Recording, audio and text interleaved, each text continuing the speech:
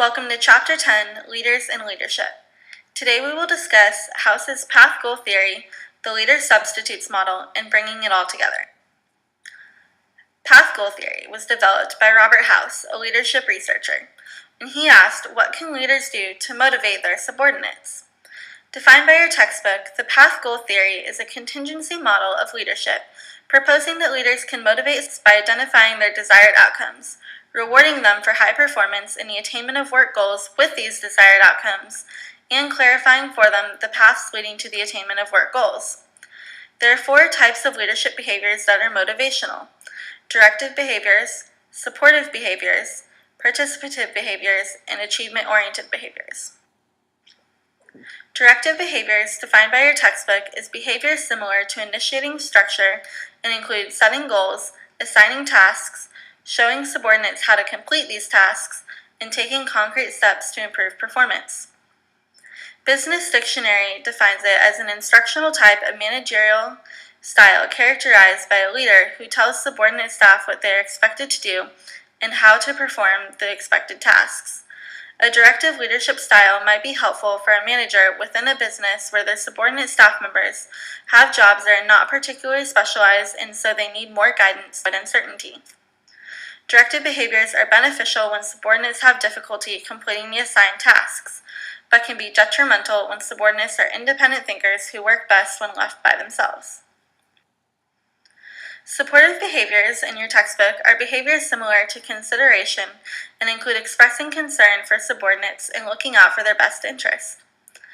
The Houston Chronicle describes it as, in supportive leadership, the manager is not so interested in giving orders and managing every detail as in giving employees the tools they need to work for themselves. While delegation is a vital part of supportive leadership, managers do not simply assign tasks and then receive the results. They work through the tasks with the employees to improve skills and talent until the manager does not need to worry about the tasks being done correctly, and the employee is fully empowered in a particular area. This is beneficial when subordinates experience high levels of stress in the work environment.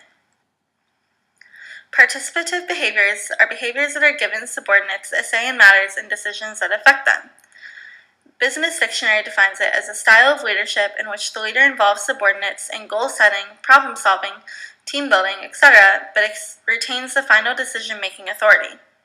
This is beneficial when the support of the decision by subordinates is necessary or required. Achievement-oriented behaviors by your textbook are behaviors that motivate subordinates to perform at the highest level possible by, for example, setting challenging goals, expecting they be met, and believing in subordinates' capabilities. Business Dictionary defines it as management which sets challenging goals, assists in training, emphasizes improvement, and expects the highest level of performance. This may increase motivational levels of highly capable subordinates who are bored from not enough challenges in the workplace. However, these behaviors may backfire if used with subordinates who are already pushed to their limits. The Leader Substitutes Model. Substitutes for leadership are present, so sometimes leadership is unnecessary.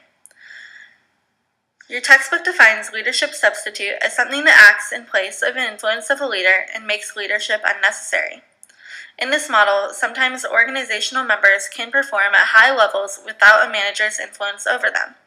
For example, David Katsonas was an English teacher in Cyprus. He was highly motivated and had practically no leadership influence over him. His substitutes for leadership include motivation, expertise, and his enjoyment of the work. Potential substitutes for leadership. Characteristics of subordinates such as skills, abilities, experience, knowledge, and motivation. Characteristics of the situation or context, or the extent of interesting or enjoyable work, where performing the work is rewarding on its own, and self-managed teams. These substitutes free up the manager's time and can increase organizational efficiency and effectiveness. Bringing it all together.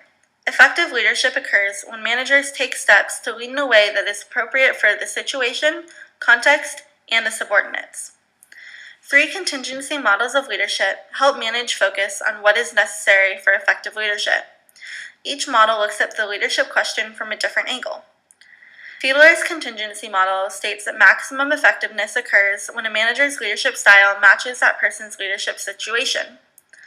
House's path goal theory says managers should motivate their subordinates, and there are specific kinds of behaviors managers can engage in.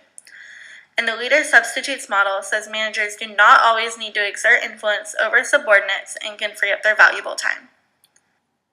Thank you for viewing my lecture, and here are my citations.